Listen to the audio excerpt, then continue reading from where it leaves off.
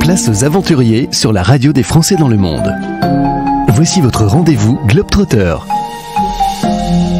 Au micro de la radio des Français dans le monde, il va parler au nom de Mehdi, Flavie, Guillaume, Jules et Nathan.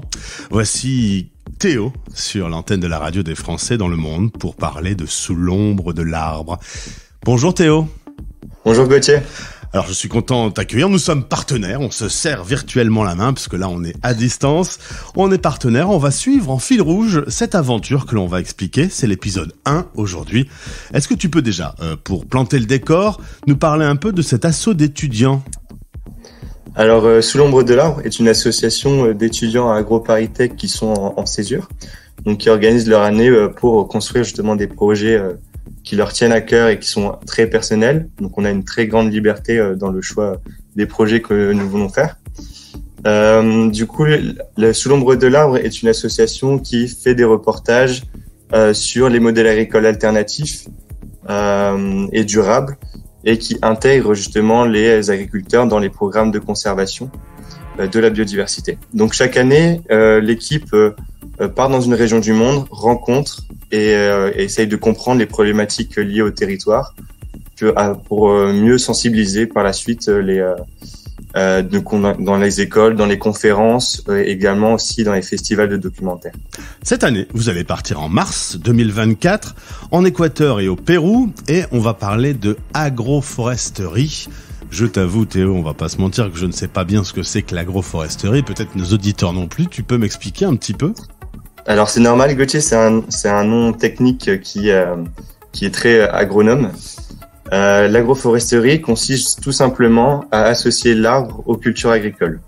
Alors pourquoi c'est un modèle de production alternative ? Tout simplement parce que en réimplantant l'arbre, l'arbre possède de nombreuses vertus qui permettent justement d'augmenter la résilience des cultures face au changement climatique, de restaurer une biodiversité et de lutter contre l'érosion des sols. Donc là c'est 3 vertus principales, mais il y en a bien sûr beaucoup plus.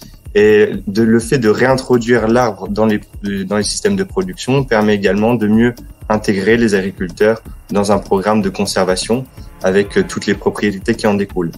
Bien sûr, le type d'agroforesterie dépend des conditions du sol et également climatiques. Donc chaque système agroforestier est unique. Et c'est ce qu'on va étudier là-bas. Alors justement, vous êtes étudiant aujourd'hui, vous êtes vraiment au cœur dans la pratique de la découverte de la zone que vous allez fréquenter pendant près de 6 mois. 5 étudiants vont partir sur le terrain et un professionnel restera en France pour vous piloter, pour vous guider, pour vous conseiller ? Exactement. Donc Nathan Poncet fait partie de l'équipe 2024. C'est un professionnel de l'audiovisuel qui vient de créer son entreprise qui s'appelle Nathan Poncet Création. Il est basé sur Lille et il nous accompagne justement pour l'écriture du documentaire, également pour le montage. Il aura un rôle primordial justement pour obtenir un rendu très professionnel. Il y a eu déjà les Balkans, l'Ouzbékistan, vous avez fait Cuba, la République dominicaine. Les étudiants des années précédentes vous donnent quelques conseils, aussi bien sur la partie pro que sur la vie comme ça au bout du monde ? Oui, bien sûr. Après, chaque expédition a ses spécificités, mais on a déjà du matériel vidéo qui est acquis depuis les années, grâce aux années précédentes. Et on est toujours en communication avec eux pour avoir leur retour sur expérience sur place par rapport au matériel, qu'est-ce qui a été, qu'est-ce qui n'a pas été. Et le but, c'est que chaque année, l'équipe essaye de développer l'association pour obtenir des rendus de plus en plus qualitatifs et développer aussi le réseau de l'association et faire des choses de plus en plus intéressantes et de plus en plus ambitieuses. Alors pourquoi l'Amérique du Sud cette année ? Donc pourquoi l'Équateur et le Pérou ? Tout simplement parce que ce sont des régions du monde où il y a une biodiversité très importante. C'est dû notamment à une diversité des milieux paysagers et climatiques. Donc il y a une biodiversité qui en découle, qui est assez importante. Et aussi parce que le développement agricole est un secteur économique primordial de ces régions du monde. Et donc bien sûr, on a des problématiques de développement agricole qui empiètent sur les réserves protégées et qui amenuisent la biodiversité sur place. et donc intégrer justement les agriculteurs dans des programmes de conservation pour créer justement des filières agricoles durables et justes est un enjeu de premier plan pour ces deux régions du monde. Alors on va laisser un peu de côté la mission professionnelle et parler un petit peu de l'aventure que vous allez vivre. Presque 6 mois au bout du monde, ça va être quitter la famille, les amis. Certes, vous serez entre vous, mais est-ce que vous préparez un petit peu à cette vie à l'international ? Ouais, alors on aime beaucoup voyager. On est 5 amis qui aiment beaucoup voyager.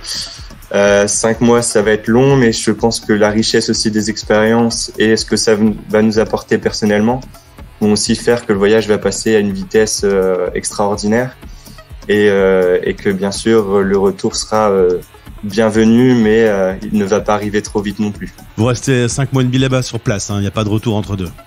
Non, c'est ça, c'est 5 mois et demi. Pour des questions déjà, on y va en avion aussi, donc un petit coup d'empreinte carbone.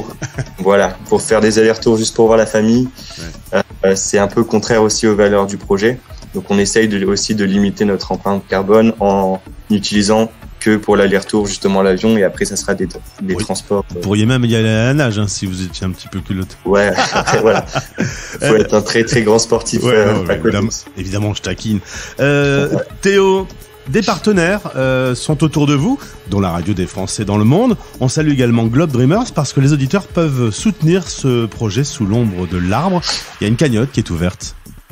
Exactement. Alors Globe Dreamers nous accompagne et supporte justement notre cagnotte avec une interface qui est très jolie et qui nous a beaucoup plu. C'est aussi pour ça qu'on a choisi Globe Dreamers et nous accompagne exactement dans notre campagne de communication qui a déjà commencé sur les réseaux sociaux, Instagram, LinkedIn et Facebook.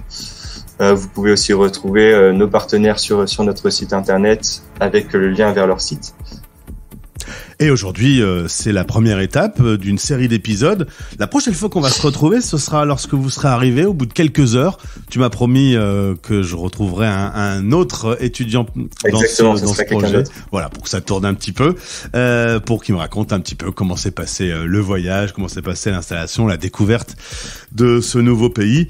Tu salues toute l'équipe, bravo pour cette initiative. Un beau site internet est à votre disposition si vous voulez en savoir plus. Et puis Théo, bon préparatif, amusez-vous bien, éclatez-vous et profitez. Merci beaucoup, Gauthier.